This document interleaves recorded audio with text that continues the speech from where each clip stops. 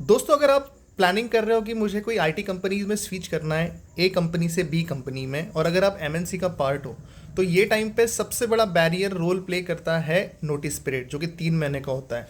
और ये notice period के पीछे का साइकोलॉजिकल बैरियर इतना तगड़ा होता है कि कोई भी पर्सन, कोई भी पर्टिकुलर एम्प्लॉय ये डिसीजन लेने के लिए हिचकिचाता है कि अगर यार मैंने रेजिग्नेशन ड्रॉप कर दिया तो कहीं मुझे जॉब मिलेगी नहीं मिलेगी 3 महीने के बाद में। जो मेरा स्किल सेट है, जो मेरा एक्सपीरियंस है, उसको मार्केट में डिमांड है या नहीं है। अदरवाइज़ क्या मुझे स्ट्रगल करना पड़ेगा जॉब के लिए। फाइनेंशियल ईएमआईज है, मेरे सारे होम लोन है, मेरा कार लोन है, ये सारी चीज़ आप लोगों के सामने आता है।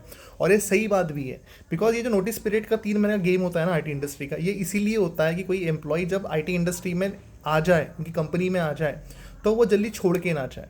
इसीलिए ये 3 महीने का नोटिस पीरियड होता है। बिकॉज अगर आपके दिमाग में ये ख्याल भी आ गए ना कि मुझे शिफ्ट करना है ये कंपनी से वो कंपनी के अंदर, तो आप लोगों के सामने बहुत सारे सिनारियो आ जाते हैं सामने कि यार मैं परिवार के अंदर इतने लोगों का मैं एक रिस्पॉन्सिबल पर्सन हूँ, उसके बाद में मेरे पास में इतना ईएमआईज है, सारे चीज़ें हैं ना, तो वो डिसीज़न लेने के लिए हम लोग हिचकिचाते हैं। और इसीलिए बहुत से लोग देखोगे आपकी 7-7 8-8 साल एक ही कंपनी में स्ट्रगल करते हैं। रीज़न ये रहता है कि ये ही नोटिस पीरियड का चक्कर होता था। बिकॉज कभी हिम्मत भी होगी ना कभी शिफ्ट करने के लिए, तो आदमी हिम्मत ले नहीं सकता। अब मैं आपको एक चीज़ समझाता हूँ। नोटिस पीरियड का अगर ऐसा कभी कोई प्रॉब्लम आ रहा है कि यार 3 महीने का नोटिस पीरियड है, कैसे मैं इसे टैकल करूँ, कैसे मैं जॉब शिफ्ट करूँ, तो कभी भी रेजिग्नेशन ड्रॉप बिना रिसर्च के नहीं किया जाता। सबसे पहले आपको काम ये करना चाहिए कि अगर naukri.com पे आप हो तो वहाँ पे आपकी प्रोफाइल क्रिएट करो, और वहाँ पे नोटिस पीरियड 3 महीने का नहीं, आपको 1 या 2 महीने का डालना होगा। इससे क्या होगा कि जो कंपनीज़ के दूसरे कंपनी के एचआर हायर करते हैं ना, वो इमीडिएट ज्वाइनर हायर करते हैं या फिर मैक्सिमम 45 डेज टू 60 डेज तक के एम्प्लॉयज़ को हायर करते हैं। इसलिए इंटरव्यू कॉल्स नहीं आते, बिकॉज आप वहाँ पे 90 डेज़ का नोटिस पीरियड डाल देते हो, जो कि मतलब कंपनी काम में नहीं आना दूसरे, तो मोस्टली आपका होता है फिल्ट्रेशन लग जाता है कि आपको कॉल ही नहीं आने वाले। बट ऐसा नहीं होता है कि आपके स्किल सेट को डिमांड नहीं है। करना ये चाहिए आपने कि आपका नोटिस पीरियड कम कर दो। आप दिखाओ कि आप ऑलरेडी रिज़ाइन कर चुके हो, रेजिग्नेशन आपने ड्रॉप कर दिया है, आप नोटिस पीरियड पे हो, आप सर्विंग कर रहे हो। तो इससे क्या होगा कि आपको इंटरव्यू कॉल्स आना शुरू हो जाएंगे।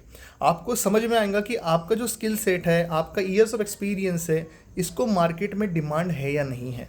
जब आपको लगता है कि यार बहुत इंटरव्यू कॉल्स आ रहे हैं, मैं कॉल नहीं अटेंड कर पा रहा हूँ, बहुत सारे इंटरव्यू कॉल्स आ रहे हैं, वो टाइम होगा आपका डिसीजन लेने का कि yes this is a time where I can drop my resignation. But ऐसा मत करना कि आपने 1 या 2 साल जॉब कर लिया कोई एमएनसी के अंदर, अब आपने किसी का सुन लिया होगा कि यार आईटी कंपनी में अगर पैकेज बढ़ाना है तो स्विच करो, है ना, और इसी के चक्कर में आप बिना कोई सपोर्ट के डाल देते हो आप रेजिग्नेशन लेटर। पर इसमें प्रॉब्लम क्या होता है, अगर इनकेस आपको जॉब नहीं मिली तो ये क्या सिनारी हो जाएगा, एक तरफ खाई और एक तरफ गड्ढा, गिरना है भाई बीच में, बिकॉज जॉब तो मिलेंगी नहीं। तो इसलिए करना क्या है, आपको सबसे पहले प्रॉपर रिसर्च करो। जो प्रोफाइल के लिए आप जा रहे हो वहाँ पे आपको जॉब मिलेंगी नहीं मिलेगी, मिलने के बाद में you can take your decision कि हाँ भाई इंटरव्यू कॉल्स आ रहे हैं, मुझे कॉन्फिडेंस फील हो रहा है। Confidence is only the reason जहाँ पे आप ये फैसला ले नहीं सकते। इसलिए मैं बच्चों को ये बोलता हूँ कि अगर आप स्टार्टअप और मिड कैप के अंदर भी हो तो बिल्कुल टेंशन मत लो, बिकॉज ये आपके पास में एक गोल्डन अपॉर्चुनिटी है जहाँ पे आप 4-5 साल अच्छे से जॉब करो स्टार्टअप मिड कैप के अंदर। जब आप स्विच करोगे एमएनसी में तो आपको करेंट सीटीसी के ऊपर हाइक मिलेगा। और जो कंपनीज होती है ना, टीसीएस, बड़े बड़े कंपनीज होती है, ये आपका फ्यूचर है, यहाँ पे आपको जाना ही है। बट इनिशियली जाना या बाद में जाना मतलब एक ही होता है, काम तो आप वहाँ पे भी कर रहे हो यहाँ पे भी कर रहे हो। बट यहाँ पे ऐसा होता है कि यहाँ पे 90 डेज़ का नोटिस पीरियड आपका बैरियर नहीं बनता, यहाँ पे 30 डेज़ 45 डेज़ में हो जाता है।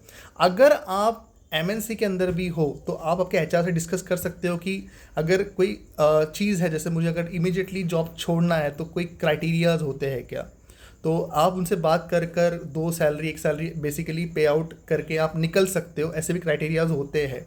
और अभी आपके मन में सवाल आएगा कि चलो मैं छोड़ दूंगा तो क्या होगा। नहीं, ऐसा बिना नोटिस पीरियड के आप कोई कंपनीज को छोड़ नहीं सकते, बिकॉज आपको डॉक्यूमेंट्स की ज़रूरत पड़ेगी, जिसमें रिलीविंग लेटर, एक्सपीरियंस सर्टिफिकेट, ये सारे डॉक्यूमेंट मेजर रोल प्ले करेंगे। इससे ज़्यादा होगा बैकग्राउंड वेरिफिकेशन का मैटर। इसलिए सबसे पहले सारी चीज़ें प्रॉपरली पेशेंट के तौर पे निकलो वहाँ से, and then you can take your decision accordingly. Video पसंद आया होगा तो लाइक ज़रूर करना, चैनल सब्सक्राइब ज़रूर करना, so we can connect and we can talk related to your career as well. Thank you so much, bye guys.